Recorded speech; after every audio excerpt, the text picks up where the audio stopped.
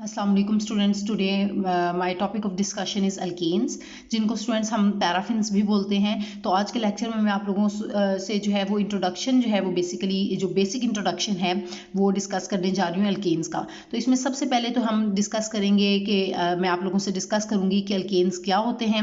उसके बाद जो है मैं इसकी जनरल फार्मूला और इसकी जो ज्योमेट्री है और इसके अलावा जो इसकी जो अल्केन सीरीज़ है उसके बारे में आप लोगों से डिस्कस करूँगी। तो सबसे पहले स्टूडेंट्स हम अल्केन्स की डेफिनेशन पे आते हैं। जो बेसिक डेफिनेशन है अल्केन्स की वो आपको नजर आ रही है कि the saturated aliphatic hydrocarbons are called alkanes. तो स्टूडेंट्स सैचुरेटेड का क्या मतलब है? जिनके अंदर सारे बॉन्ड्स जो हों वो कौन से बॉन्ड हों? सिंगल बॉन्ड हों। ठीक है, तो ऐसे अल्केन्स क्या होती है? वो क्लास ऑफ कंपाउंड्स हैं, वो क्लास ऑर्गेनिक कंपाउंड्स की क्लास है जिनके अंदर क्या होते हैं? सारे बॉन्ड्स होंगे वो क्या होंगे? Carbon to carbon single bonds जो हैं वो मौजूद होते हैं। ठीक है, इसी वजह से हम इनको कहते हैं सैचुरेटेड। और एक क्लास होती है जिनको हम कहते हैं अनसैचुरेटेड, जिसमें हमारे पास डबल या ट्रिपल बॉन्ड जो हैं वो मौजूद होते हैं, जिसके अंदर हमारे पास अल्काइन जो है अल्कीन्स और अल्काइंस आ जाते हैं।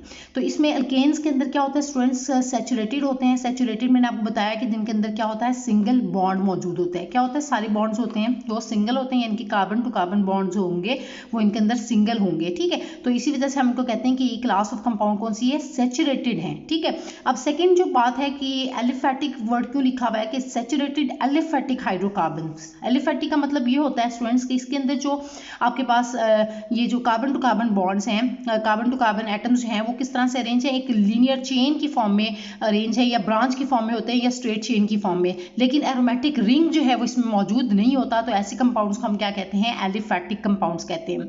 जिसके अंदर रिंग होता था हम उनको क्या कहते थे? एरोमेटिक हाइड्रोकार्बन्स कहते थे। तो एलिफेटिक क्या होते हैं? एलिफेटिक हाइड्रोकार्बन्स जिसमें जो आपके पास कार्बन टू कार्बन बॉन्ड्स हैं, कार्बन टू कार्बन एटम्स जो हैं, ये in the form of straight chain या ब्रांच चेन की फॉर्म में जो है ये अरेंज होते हैं। इसी वजह से हम इनको ऐसे टाइप के हाइड्रोकार्बन्स को हम क्या कहते हैं? हाइड्रोकार्बन्स। तो आपको पता है क्यों कह रहे हैं? क्योंकि इसमें हाइड्रोजन एंड कार्बन दोनों एटम्स जो मौजूद होते हैं, दैट्स वाई इनको हम हाइड्रोकार्बन्स कहते हैं। ठीक है, कलेक्टिवली हाइड्रोकार्बन्स बोलते हैं। तो एलिफेटिक हाइड्रोकार्बन्स के बारे में आपको होप्स के क्लियर हो गया है कि हमने क्या कहा कि saturated aliphatic hydrocarbons are called alkanes. तो सैचुरेटेड मतलब ये ऐसे हाइड्रोकार्बन्स हैं, ओपन चेन या स्ट्रेट चेन हाइड्रोकार्बन्स या ब्रांच चेन हाइड्रोकार्बन्स हैं, जिनके अंदर क्या है कि सारे के सारे बॉन्ड्स जो हैं वो carbon to carbon single bonds मौजूद हों। तो ऐसे जो हाइड्रोकार्बन्स होंगे स्टूडेंट्स, उनको हम क्या कहते हैं? अल्केन्स कहते हैं। ठीक हो गया, तो ये सबसे पहले जो है आपने जो बेसिक डेफिनेशन में आप लोगों से डिस्कस किया अल्केन्स की, होप्स कि ये पॉइंट आपका क्लियर हो गया। अब स्टूडेंट्स सेकंड पॉइंट जो आप देख रहे हैं कि क्या होता है कि in alkanes all the four valencies of carbon atom are satisfied by other carbon और हाइड्रोजन एटम्स। अब ये बहुत इंपॉर्टेंट बात है स्टूडेंट्स कि अल्केन्स में जैसे कि मैंने भी आपसे डिस्कस किया कि carbon to carbon single bond होता है। तो अब क्या होता है कि जो अल्केन्स होते हैं इसके अंदर क्या होता है कि जो कार्बन, आपको पता है कि कार्बन 4 ग्रुप से बिलोंग करता है। तो ये कितने बॉन्ड्स बना सकता है? 4, क्योंकि इसकी वैलेंसी क्या होती है? 4 होती है।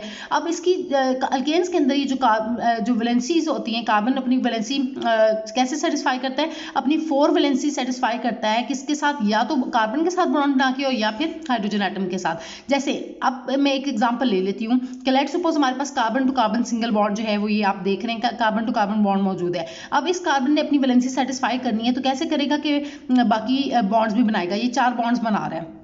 इसी तरह ये वाला जो सेकंड कार्बन है इसमें भी आप देखें कि ये 4 बॉन्ड्स बनाएगा।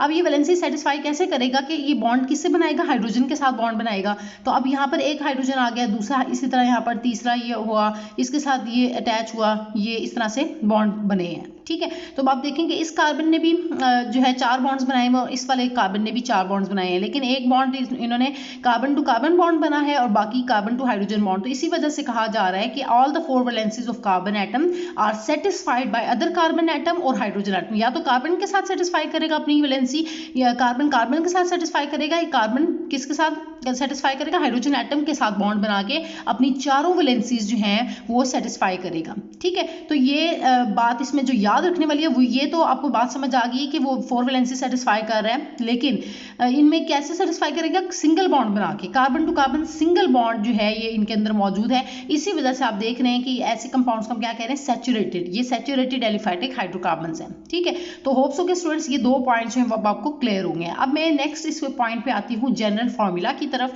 तो जनरल फॉर्मूला इसके लिए हम क्या यूज करते हैं, जो अल्केन्स फैमिली है स्टूडेंट्स, इनके लिए हम फॉर्मूला यूज करते हैं CnH2n+2। अब इसमें n क्या है, रिप्रेजेंट कर रहे हैं नंबर को, ठीक है। अगर आपके पास कार्बन n जो है वो हम लेट्स सपोज वो 1 ले लेते हैं, 1 ले लेते हैं, तो अब आप देखें कि अगर मैं यहाँ पर 1 ले लेती हूँ, कार्बन 1 लेती हूँ, तो हाइड्रोजन जो है वो यहाँ पर क्या होगा 2, और साथ में n क्या, फिर यहाँ पर भी 1 आपने लिख देना है और साथ में 2, ठीक है। अब देखें आपका फॉर्मूला क्या बन रहा है, C1H 2 1 2 + 2 क्या बनेगा, C1 लिखे ना लिखें बात एक ही है, तो CH 2 + 2 4। तो अब आप देखें कि आपके पास सिंपलेस्ट जो अल्केन आया इसका नाम क्या होता है, मीथेन, ठीक है। CH4 को हम मीथेन कहते हैं। तो आप देखें कि ये जनरल फॉर्मूला स्टूडेंट्स, ये जनरल फॉर्मूला अप्लाई करके आप जो बाकी इनकी जो अल्केन सीरीज है वो उनके सारों के जो है वो आप फार्मूलाज जो है वो निकाल सकते हैं, और फिर जो है वो आपको उसको क्लासीफाई करने में काफ़ी आसानी होती है, ठीक है। तो ये जनरल फार्मूला जो है वो यूज़ किया जाता है अल्केन्स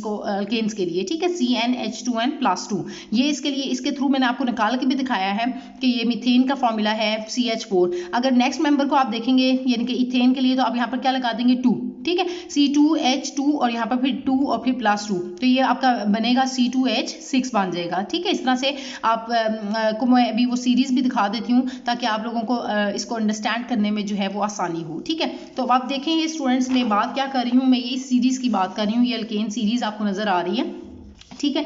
तो पहले मैं ये पॉइंट आपका क्लियर कर देती हूँ। ये देखिए आपको सीरीज नजर आ रही है। अब इसमें हो क्या रहा है कि ये आपके पास जो है वो मैं कह रही हूँ कि ये अल्केन्स हैं, आपके पास अल्केन सीरीज है जिसमें आपके पास फर्स्ट मेंबर जो है वो मीथेन है, देन इथेन, फिर प्रोपेन, फिर ब्यूटेन, फिर पेंटेन, फिर हेक्सेन, फिर हेप्टेन और फिर octane, then nonane and then decane, ठीक है। ये आपको होप्सो के नजर आ रही है।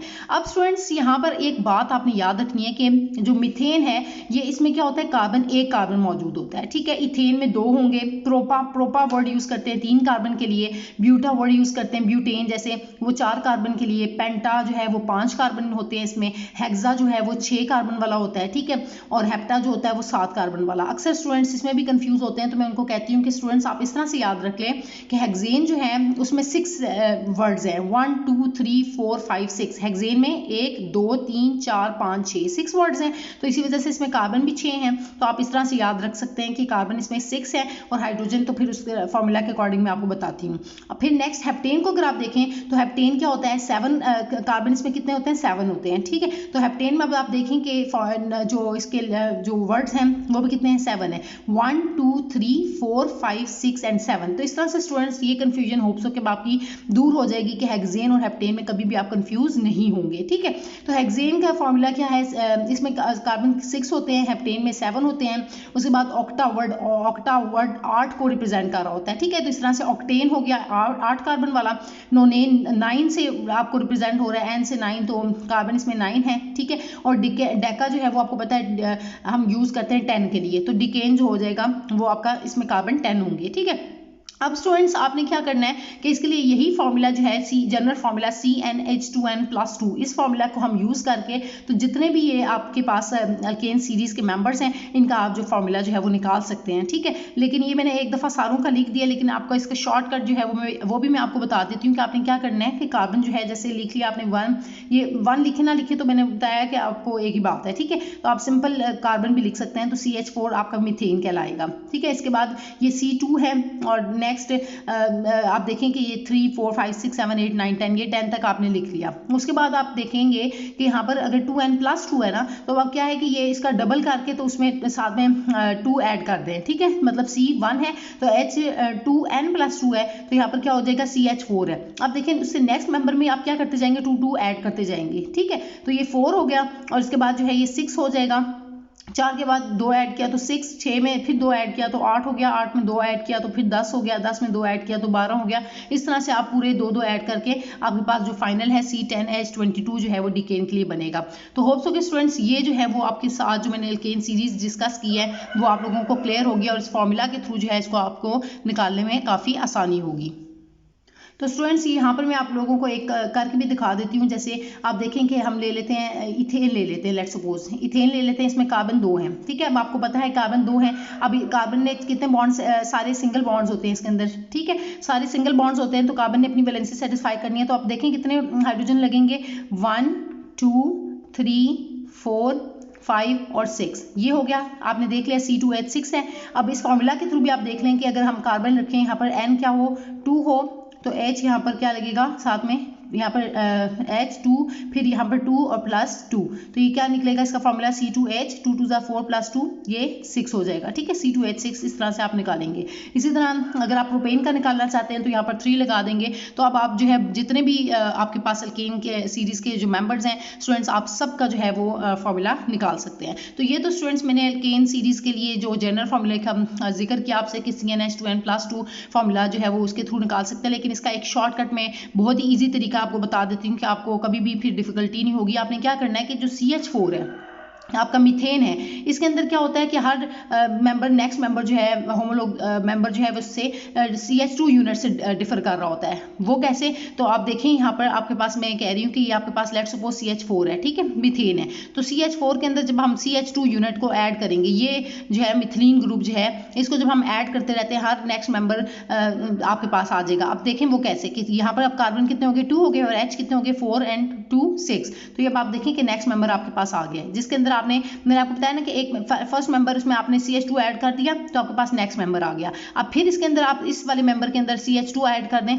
तो उससे नेक्स्ट वाला मेंबर आपके पास आएगा। वो देख लें कैसे कि 2 और 1 3 C3 और फिर H 6 और 7 8, तो ये हो गया H8। तो आप देखें C3H8 आ गया आपके पास, ठीक है, ये C3H8 और ये C3H8। अब इसके अंदर मजीद आपने ऐड करना है, फिर CH2 को ऐड करते जाएं तो एक मेंबर दूसरे मेंबर से किस यूनिट से डिफर कर रहा है, CH2 यूनिट से डिफर कर रहा है। तो ये आप देखेंगे C3 एंड 1 C4 और H8 है और ये 9 10, तो ये 10 हो गए, ठीक है। इस तरह से आप स्टूडेंट्स जो है नेक्स्ट मेंबर निकालते जा रहे हैं। तो एक यूनिट दूसरे यूनिट से कैसे डिफर कर रही है, सिर्फ और सिर्फ CH2 यूनिट से, ठीक है। CH2 यानी कि मिथिलीन ग्रुप जो है या 14 यूनिट्स आप कह सकते हैं कि उससे ये डिफर कर रही है। तो होप्स हो कि स्टूडेंट्स ये पॉइंट जो है वो आपका क्लियर हो गया है। अब इससे नेक्स्ट पॉइंट की तरफ मैं आने लगी हूँ।